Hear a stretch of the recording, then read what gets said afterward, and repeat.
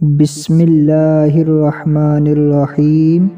اللہ کے بابرکت نام سے شروع کرتا ہوں جو شاہرگ سے زیادہ قریب ہے۔ ناظرین کو محبت بھرا السلام علیکم۔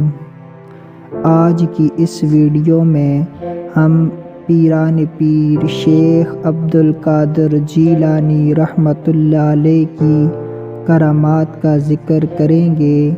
امید ہے کہ آج کی ویڈیو آپ کو بہت پسند آئے گی۔ واقعہ کچھ یوں ہے کہ ایک دفعہ ایک راہب جس کا نام سنان تھا پیران پیر شیخ عبدالقادر جیلانی رحمۃ اللہ علیہ کی مجلس میں حاضر ہوا اور آپ کے دست مبارک پر اسلام سے مشرف ہوا، جس نے مجمع میں کھڑے ہو کر بیان کیا کہ میں یمن میں رہنے والا ہوں۔ میرے دل میں اسلام کا شوق پیدا ہوا، جس پر میں نے مصمم ارادہ کر لیا کہ جو شخص اہل یمن میں سب سے زیادہ متقی، پرہیزگار اور افضل ہوگا، میں اس کے ہاتھ پر اسلام قبول کروں گا۔ میں اس فکر میں تھا کہ مجھے نیند آ گئی۔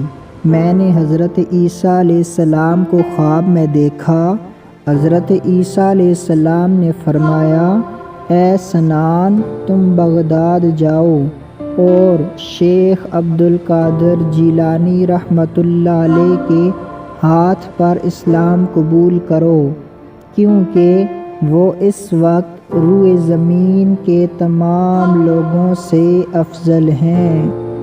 اسی طرح ایک مرتبہ آپ کی مجلس وعظ میں 13 عیسائی آپ کے دست مبارک پر بمشرف اسلام ہوئے۔ ان کا یہ کہنا ہے کہ ہم عرب کے نصارہ میں سے ہیں، ہم اسلام قبول کرنا چاہتے تھے، لیکن اس پریشانی میں تھے کہ کس کے ہاتھ پر اسلام قبول کریں۔